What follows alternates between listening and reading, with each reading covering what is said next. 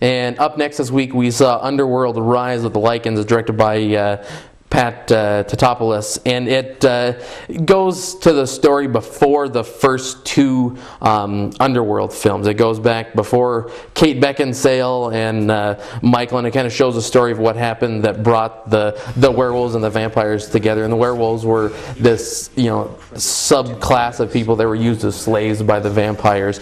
And there's an uprising because this one of the werewolves who can transform back between werewolf and man falls in love with the vampire princess. But this movie, it doesn't bring anything new to the story that we heard through the storytelling in the first two films. So it was really something, I think, just for the scratch.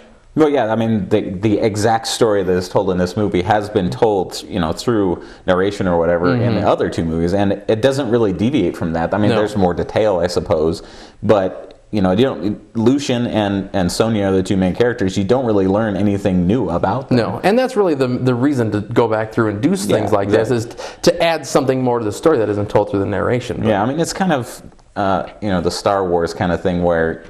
Ideally, where how Darth Vader, that Anakin Skywalker becomes Darth Vader, but how did he get there? And in this, I mean, there's really that in between part. The how did they get there isn't really covered. I mean, it's exactly the same way it's told in the other movies.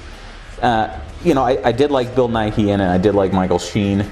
And they, for such throwaway roles, they really do sink their teeth, no pun intended, into the, they really do sink their teeth into the roles, and they do elevate it somewhat beyond just a simple genre movie, and really it's just an effects movie. Yeah, it is. Lots of werewolves transforming mid leap or whatever.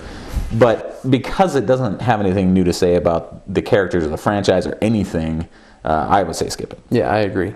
We'll be right back.